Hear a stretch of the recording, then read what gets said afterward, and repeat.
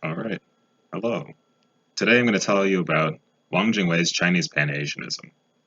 And so the basic situation goes like this. In 1937, Japan invades China. This happens during the summer of 1937.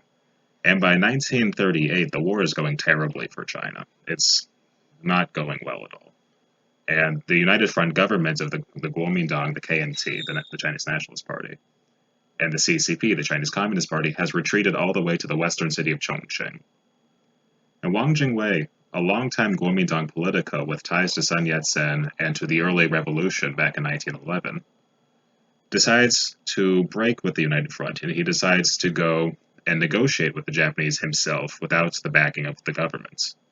And he ends up becoming the head of the collaborator Nanjing government by 1940. And what Wang did is that he argued this was the patriotic decision. There were two parts of this argument. We're going to be talking more about the latter parts. But essentially, he argued this was better than continuing the war in practical terms. This is the sort of negative aspect of the argument. But it was also a positive argument. He argued that cooperation with Japan was natural because Pan-Asianism was the natural extension of Chinese nationalism. And this was a certain form of Chinese Pan-Asianism that doesn't really resemble the Pan-Asianism of Royama Masamichi or Mitsukawa Kumetaro, these other famous Japanese Pan-Asianists from the Showa period.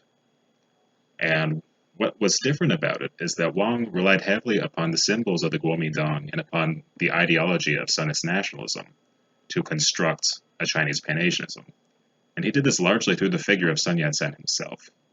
He talked about Sun's connections to Asian revolutionaries like Fernando Marcos from the Philippines, or the Japanese Pan-Asianist Miyazaki Toruzo, or the Japanese martyr Yamada Yoshimasa, who represented the common sacrifice of Asian revolutionaries in a larger Asian revolution, of which the revolution in China was an integral part, not just one part, but an integral and a foundational part.